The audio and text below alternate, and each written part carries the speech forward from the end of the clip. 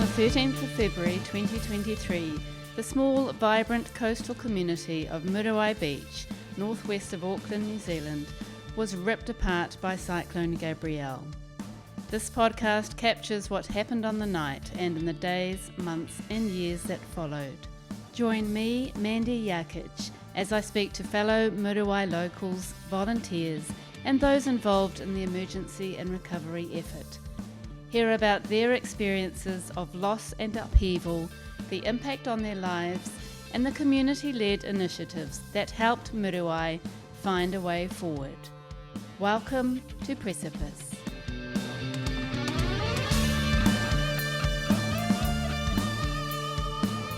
I talked to Clare Bradley in this episode.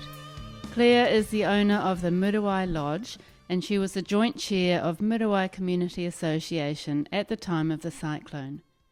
She is a resident of Muriwai and was not allowed to live in her home in Domain Crescent for 9 months after the cyclone. We discuss the impact on the lodge and her home on the night, the success of many community initiatives in the recovery and restoration period, the part that Auckland Council played. They were, by their own admission, making things up as they went along, and some of it worked, but a lot of it didn't. She talks about dealing with MPs to get the support we needed, the cordons. And so living behind a cordon was nobody's idea of a good time, really.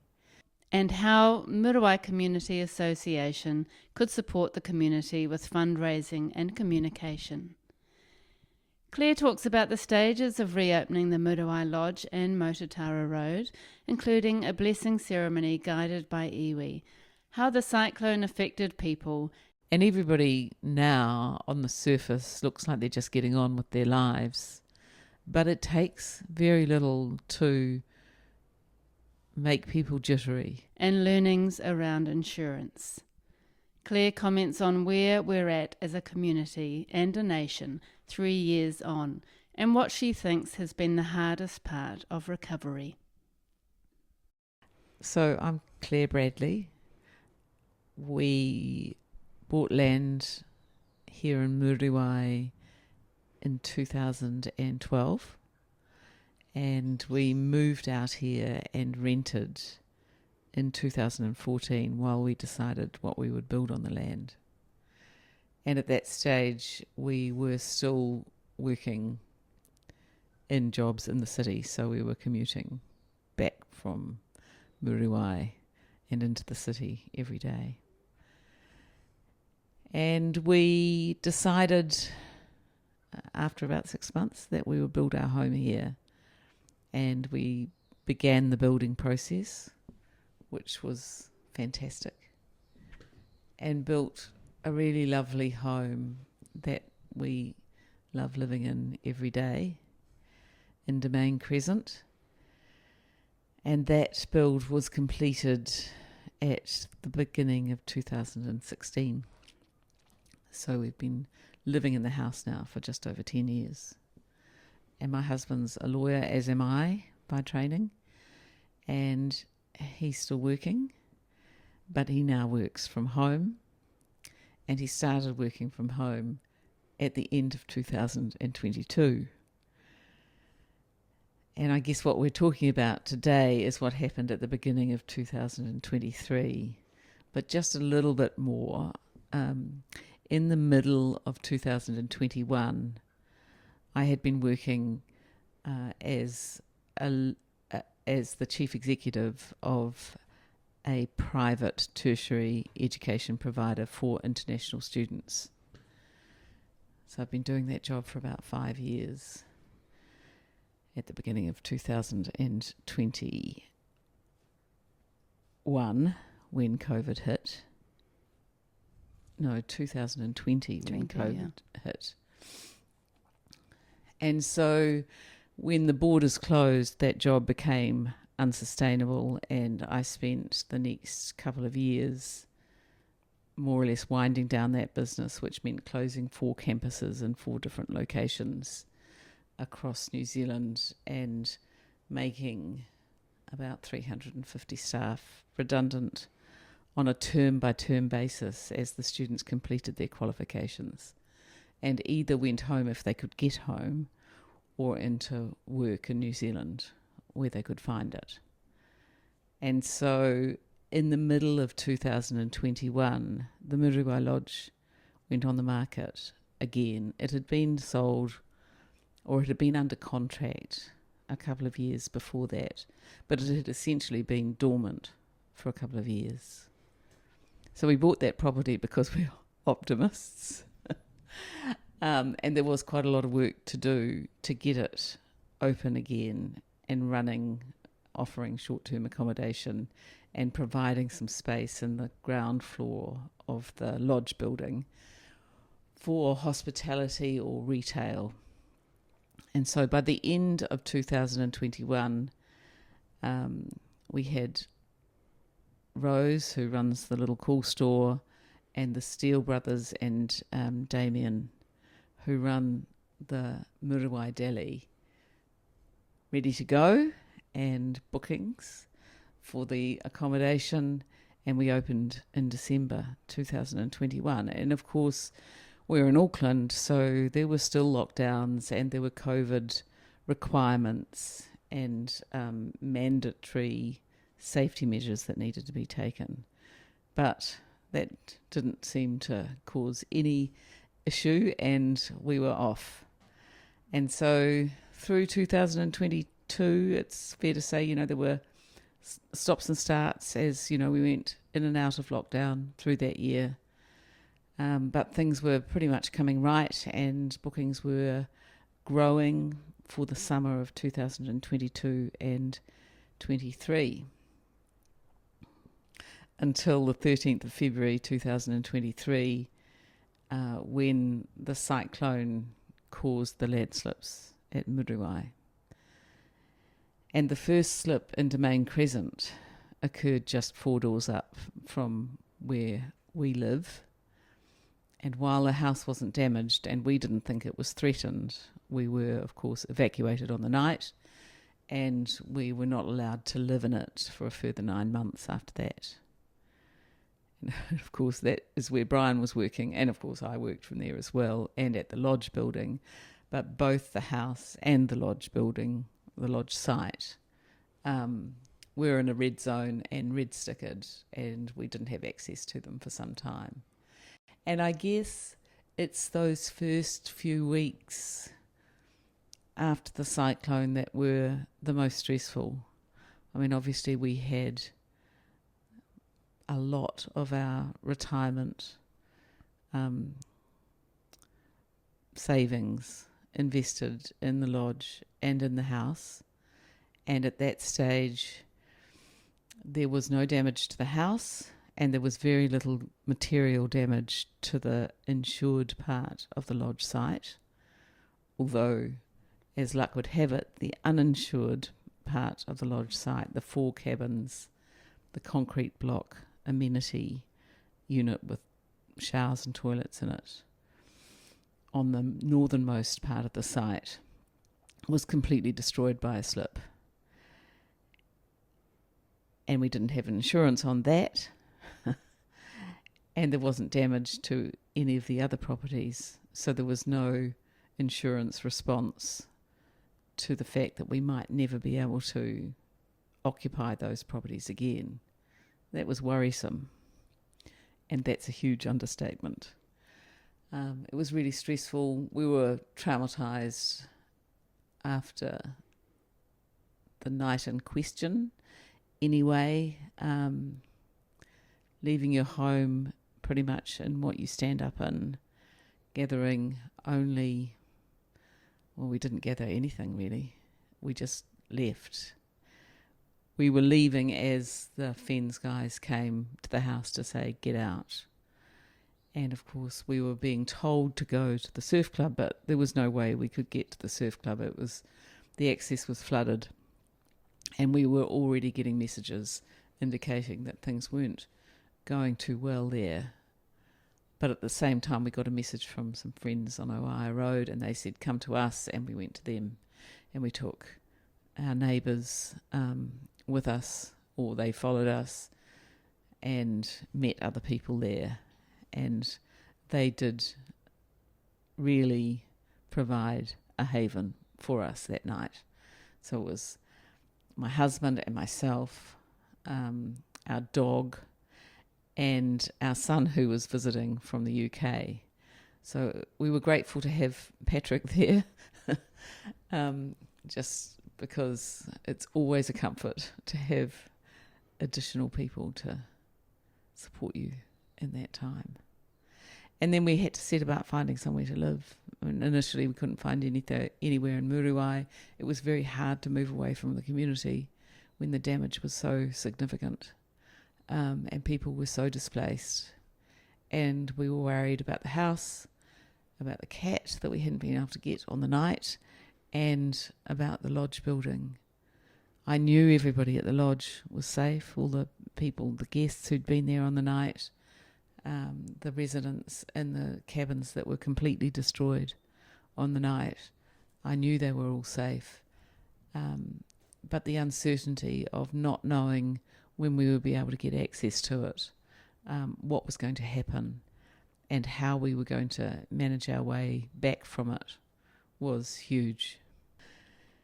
Yes, so we did find somewhere to live, and eventually we were able to move to rented accommodation on Auaia Road that belonged to some friends of ours, and that was a beautiful place, and it was a real comfort to be back close to the community and to be able to be involved in some of the planning that was necessary and the engagement with agencies, council, local and national government agencies, and supporting people who really had, some of whom had lost everything. And while we were in danger of losing what might be constituted as everything, we actually hadn't lost everything. The damage to the lodge site, particularly when they were excavating to try and find Dave and Craig, was pretty huge. The movement of debris, or just the amount of debris, was just almost inconceivable. And it is, to this day, I still don't know how the death toll was as low as it was. You know, there were people in those first houses that collapsed who got out against all the odds. And some with injuries, but nothing that was life-threatening. And it's devastating to have lost two of our key volunteer community members, and for their families, their young families. But it's a miracle that there weren't more. And by the time the slip came through the northern part of the lodge site, where there were people, residents and guests,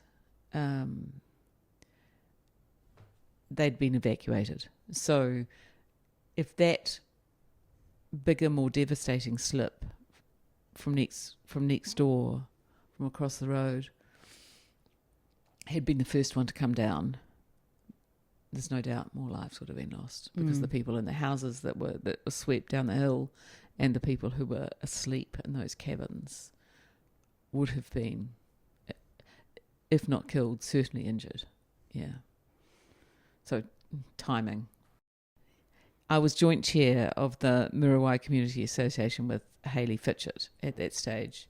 And so the house that we were living in Auaia Road, was owned by a creative writer. And luckily for me, she had a series of whiteboards. So I had one whiteboard for everything I needed to do for the lodge, which was a lot, because there was insurance and brokers and inspections and trying to get access so that it could be made safe, because, it was doors that had to be jimmied open and things when search and rescue were making sure the place was empty. And so there was stuff that needed to be done. There was stuff that needed to be done for Domain Crescent, for the house. There was a lot I had to do for the business in terms of cancelling forward bookings for accommodation. And then there was community matters that needed attention. And I think this community is extraordinary in that it consists of people who have a range of skills and talents, and who are always willing to step forward. And I mean, there was never a time that it was more apparent that that was a strength here than immediately after the cyclone and the damage to people's lives as a result of it. The setting up of the stickered residence group was absolutely pivotal in pulling many of us through it. And we started it quite deliberately by saying, you're involved, you're volunteers, you don't have to feel a sense of obligation. If it all gets too much, then you tap out, you can tap out and come back in at any time. And, you know, we should all be enormously grateful for the people who did the heavy lifting around the setting up of that group, and creating a plan. It's always good to have a plan. A plan that encompassed PR, support, welfare, lobbying, getting the messages out. So communications and overall engagement. It was a huge strength in the response, and everybody contributed to it. I mean, the people who just stepped up and created the hub down at the surf club once it was operational again, the clothes and household goods that were available, the coffee drop-ins, just having somebody there just to listen and give you a hug and say, what do you need? And amazing. The people who fired up the PR machine and made sure we were all well briefed and we knew what we were talking about when we were talking to media. We had great media coverage out here. The council, I thought then, and I still think, we're struggling. They didn't really have a plan. They didn't have the emergency management team that they now have. And they were, by their own admission, making things up as they went along. And some of it worked, but a lot of it didn't. The politicians, the national politicians, although they were Labour politicians most at that stage, they were fantastic. They were here, they were responsive, and we found ways of engaging at the decision level that was really effective to get the support we needed. At that time, we were still cordoned off from public access, and that was partly because it wasn't necessarily very safe for people to come, and we didn't need a whole lot of people rubbernecking anyway. And it was also because there was a real concern about looting. And so living behind a cordon was nobody's idea of a good time, really. And that continued for quite a while. I mean, it wasn't until August that they cleared the slip from Motutara Road, and that road was able to be opened. And it wasn't until September and October that many of us were able to go back and live at our homes once the initial geotechnical report had been done and they could start categorising the properties. And an awful lot happened between February and then. As the chair of the Muriwai Community Association, what things were set up or what initiatives were taken for the community? So it was largely generated by people in the community who wanted to do something to help.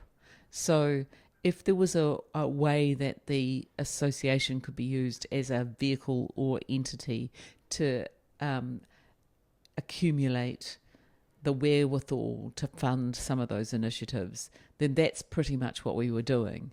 It was if people had good ideas, if they wanted to do things, if they needed a way of fundraising and the mechanic of having a bank account where things could be separated and funds could be kept for a specific purpose, then that was primarily what we were doing. And obviously we worked, the Stickered Residents Group really became the community association for much of that time.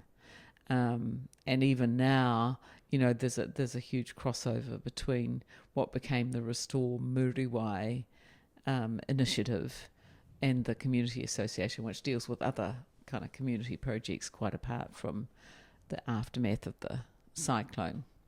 Although it's fair to say those projects have dominated the work of the last couple of years. It's incredible that it's 3 years since the cyclone. I know. On one hand, it feels like it was a long time ago. On the other hand, it feels like it was not that long. Yesterday, and then you get rain like we did last week, and on Thursday. It feels like yesterday that we had the other rains. Yeah, it's quite haunting, isn't it? It is. And so there was a trust set up to receive donations and that kind of thing with Mike Alexander. Yeah. And so was the community association a sort of another place for funds to come into? Yes, so council made some funds available, and eventually the Cyclone Relief Fund made things available. We had money from Red Cross, not as much as the Surf Club got, but that's okay. I mean, it's all going in the same direction. And how did Red Cross know about the community association? They were very much part of the recovery team, so they had a representative sitting with the recovery team at council, and they were a really useful conduit because they've got so much experience. And the people that we interacted with were really helpful, and looking for ways, practical ways to help. And you are very much a big part of our community, and you're someone who exudes calmness, but also someone who gets shit done very well. So how were you personally involved in the recovery? Well, I was part of the Stickered Residents Group. I had the MCA hat. I had the lodge, which my vision for the lodge had always been to create a place for the community to gather, to be able to eat and drink and socialise. But also to celebrate some of the strengths of the community. And I was really keen to make sure that was still going to be possible if we were able to get access to it. One example is the operators of the deli, the lads, had applied for a liquor licence because they thought, and I think most agree, that it would be good to have somewhere on our doorstep where you could have, a social drink of a Friday night and not have to go the 9 or 10 kilometres to Waimaku or on to Kimu or out to Helensville to do that. So that hearing was to have taken place the week after the cyclone, and obviously didn't go ahead because nobody could focus on anything. But about 6 months after that, before we got access to the lodge, before we knew that it was Category 1 and we were going to be able to reopen it, the licensing committee reached out to the lads and said, do you want to persist with your application? And we talked about it and decided that there was no downside in going ahead with the application, because then if we were able to reopen, wouldn't it be great to be able to open with a bar, which many in the community had been asking us for. So that was great. At the same time, there was a lot of work to do to clear the site, to get it up and going, to clean it, because the boys had been operating the day before the cyclone, and so all the flour and sugar, and it was an unbelievable nightmare of a mess because vermin, rats, mice had got into it.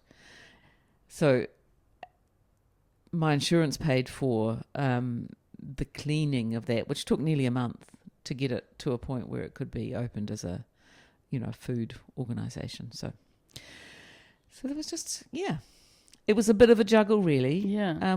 We were able to access the house which went from a red sticker to a yellow sticker relatively quickly because there was no damage and there were no slips that were immediately threatening it. And so we were able to get there during the day, but we couldn't sleep there. The rationale for that being that if another slip occurred during the day, you could run away. But if you were lying in your bed asleep, you might not get out. Anyway. Mm. Which is a funny one, isn't it? It is a funny one. Yeah. And, we were looking at organising and making sure we were... I guess one of the most important aspects of what we did, both with the stickered residents and with the community association, was to try and ensure that the communications that were going out were able to be relied upon. There was a lot of information and misinformation swirling around, and we really wanted our communications to be something that people could recognise as having integrity. That was pretty important. Creating a place where, like you said, you could bring community together was just so important after such an event. I'll never forget that dawn opening of Motutara Road. Yeah. And Can you tell us about that? So Motutara Road was completely blocked on the night. It trapped vehicles and it was unable. Nobody was prepared to move the toe of the slip from where it was on the road because they thought more debris might come down.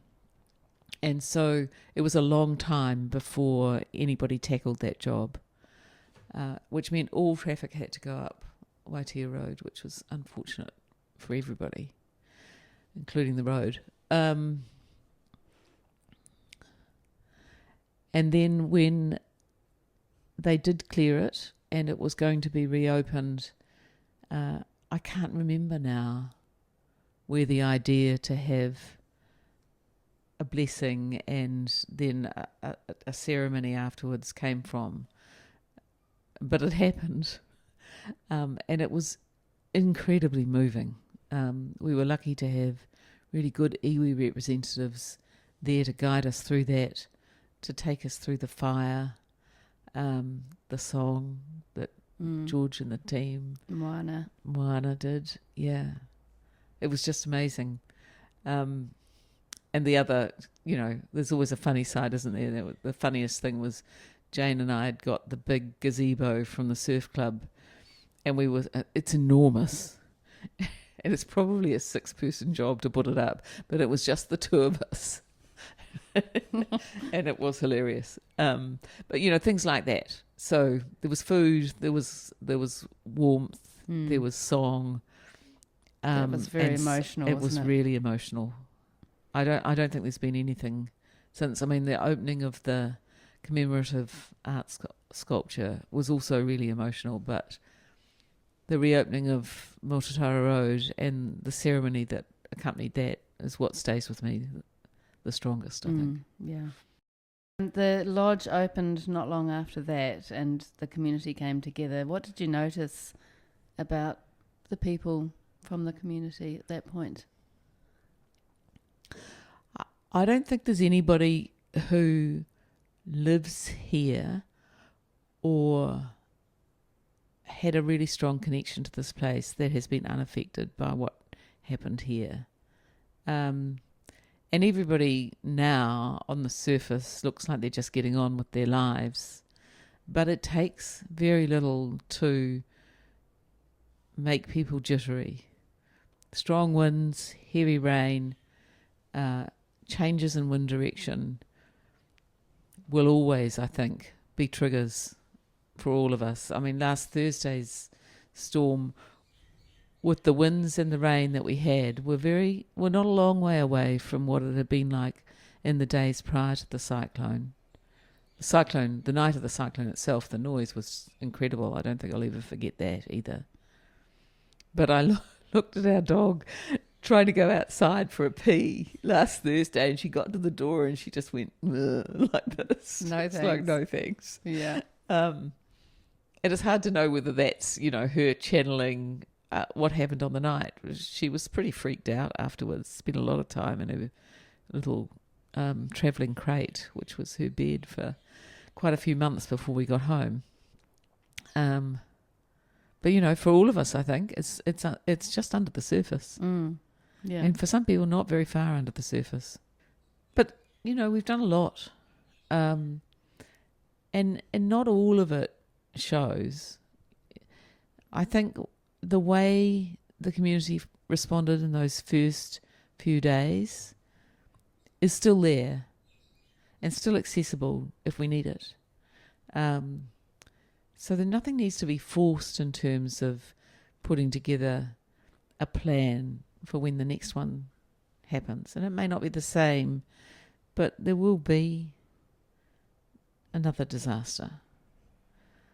And it really saddens me that there doesn't really seem to have been a strong learning at a local and national level of how to manage a disaster like that.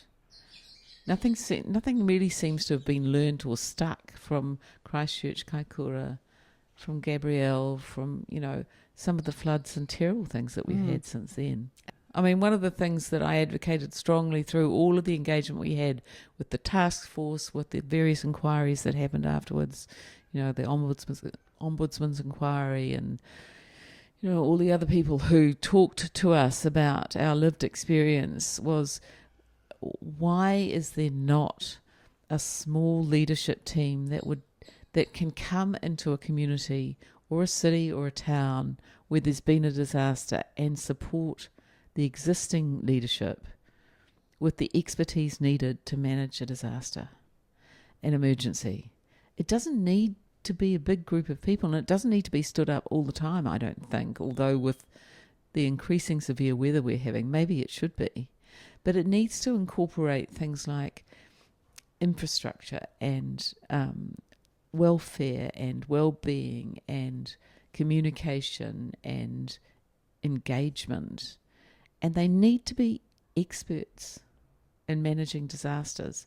And they can go into existing teams at councils or in communities and say, this is what works.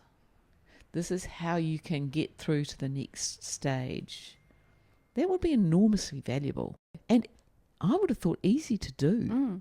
I mean, even from the people that we met and came across, you know, as we stepped our way through to coming out the other side, if that's the right expression, I can think of a good handful of people who were really excellent at what they did and should be recognised as such.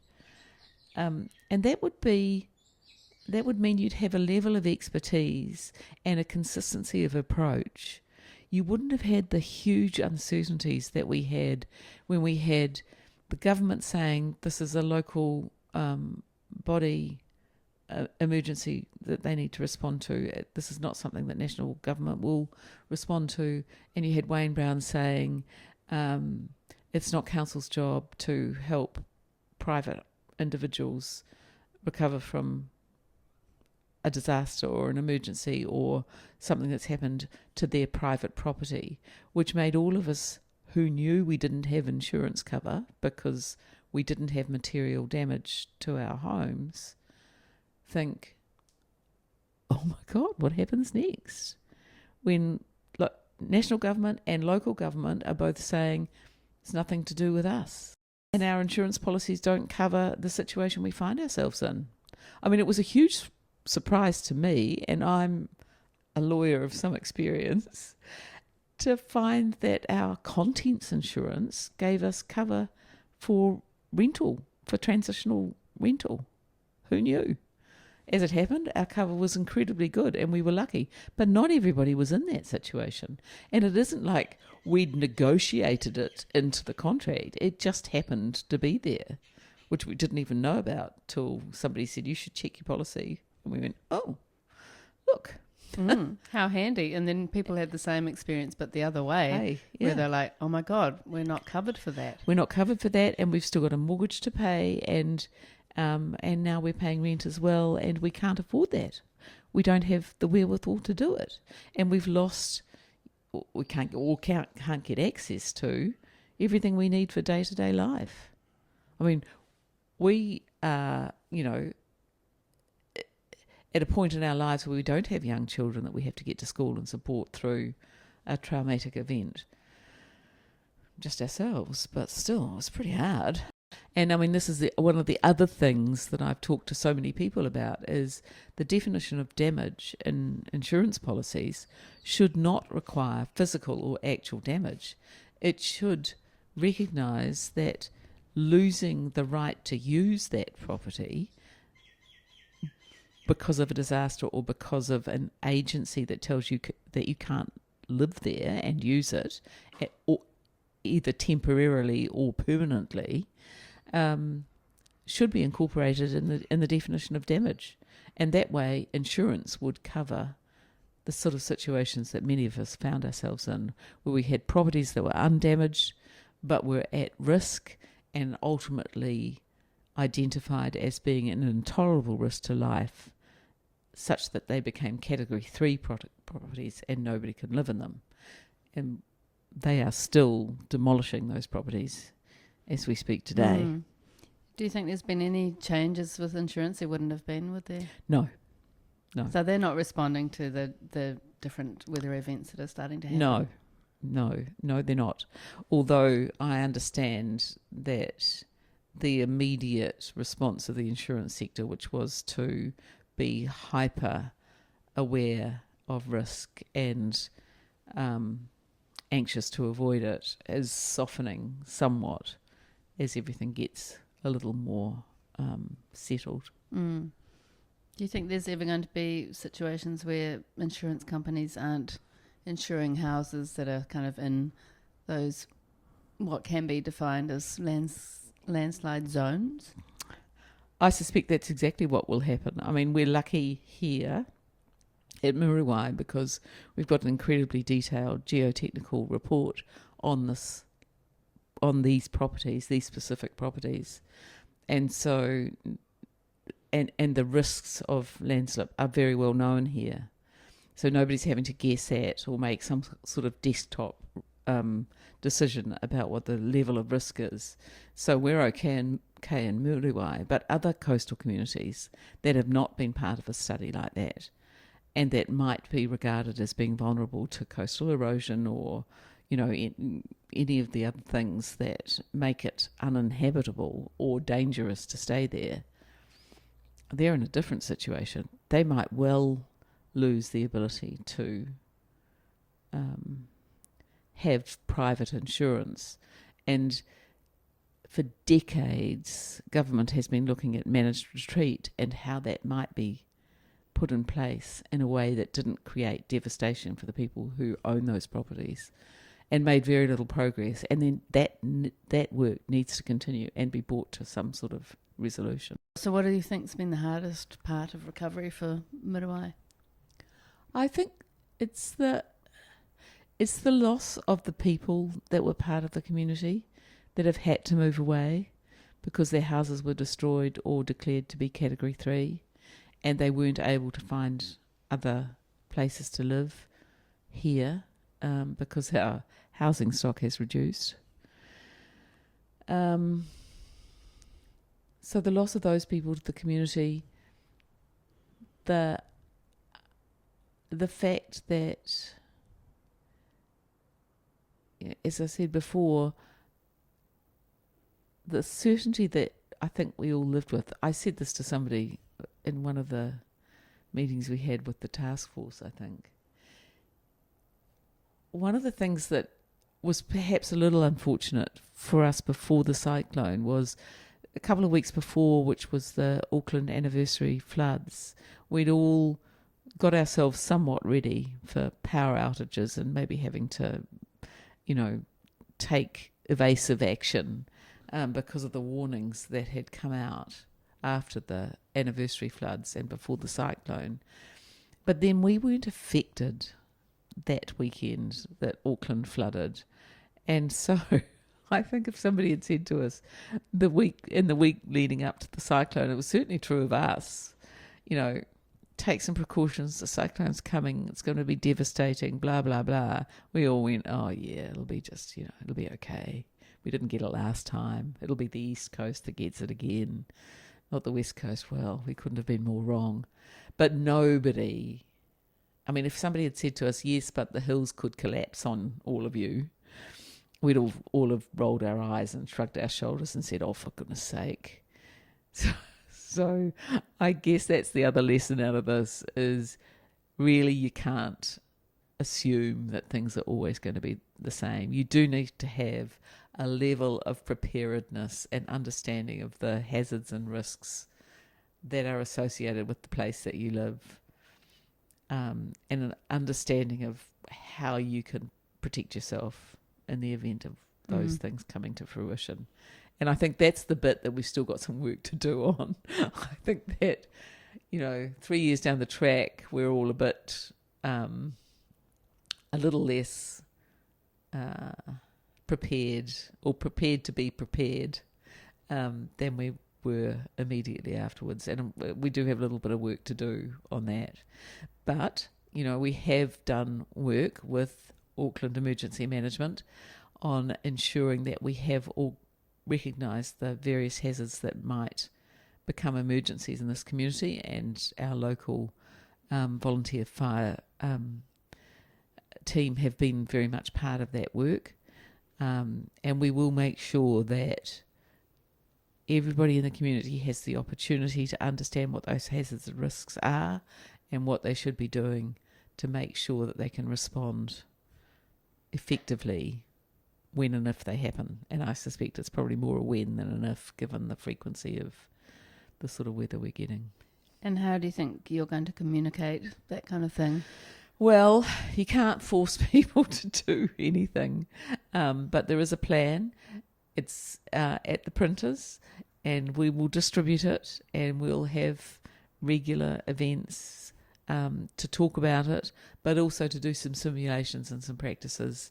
And hopefully that will be both fun, informative, and useful when we get whatever is coming at us next. And it's also a nice way to bring the community together. Yes. And then, it is good for Muriwai, I think, that, the golf club have made some changes and the surf club have made some changes. And so it feels like our kind of resources are more prepared. Yes. And then hopefully the actual residents can be. But I do think that we now, as a community, and probably across parts of New Zealand, flooding is something I think has a whole other connotation. Like now, if there's water charging down a bank, we will now be worried that the bank's going to come down.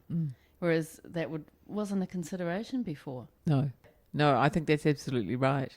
And I mean, that was the finding too that came out of the FENS review, was that nobody had really recognised the risk of landslips here. Even though there had been one. Even though in 1965, the first place that came down on the 13th of February was exactly the same property that was devastated by slip, and 2 people died there in 1965.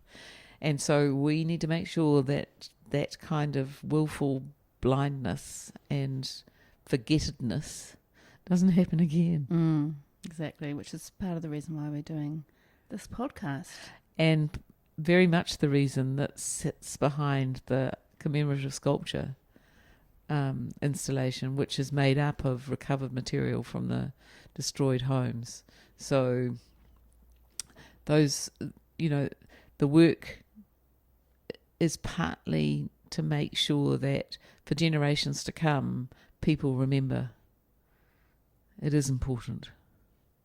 Yeah, and learn from and that the resilience that has been built up, as you've just spoken of, at the surf club, the golf course, the emergency hubs, the mobile ones that we've got set up, the emergency equipment that we've now got available to us, is enough to keep us hanging on for 2 or 3 days if we get cut off in the same way that we were before. And you've spoken about things, initiatives that worked really well for our community. Is there any advice you have for other communities, either in a sort of preparedness way or other communities who have actually suffered a similar event? I think gathering your people and asking them what they would like to do to be part of, a recovery or the support that leads up to recovery was the most effective thing that we did. And trying to make it as coherent and cohesive and inclusive as possible. Because there were a lot of people who felt that because they weren't a stickered resident, they didn't really have a voice in it. And I don't think we got that bit as right as we might have, partly because I don't think we even thought about it. But it is very important that you don't get a them and us situation developing in any community, that even if there hasn't been a physical manifestation of whatever it is that happens to you, you're still affected by it. I don't think there's anybody, I think I said this before, I don't think there's anybody in this community who hasn't had some impact from it. They might not have been displaced, they might not have had a house destroyed, they might not have had to move away, but they're still affected. How did the event actually affect you emotionally? I mean, it's a truism, isn't it? Disasters change lives. I think we're all somewhat changed by it. It made me more. It certainly made me more involved and engaged in the community. No question. I met so many people, and we worked together on so many things. In lots of ways, it's been incredibly enriching. And quite a lot of work. Yeah, a lot of work. You work tirelessly for the community. It's a community that really rewards you, though. I mean, it is so magical living here. I'm on the beach just about every morning with George, my dog, and it's always different. And there are always people waving or coming across to chat or patting George, who talks to everybody, whether you're a person or a dog on the beach. And it's just so beautiful, so wild. It's such a wonderful place to live. I mean, I think this remains a very special place to be a part of, and to live in and alongside the people. The people who live here are just so talented, so creative, so feisty and determined to leave the world a better place. I mean, I think of the guys that run the deli, their involvement in events, but also in their predator-free work and things like that. So many people are like that here. So involved in weeding, land that is community land, planting, running nurseries, environmental protection. It's amazing. I mean, I think the Muriwai ecosystem is quite unique. It's unlike any other community I've lived in my life.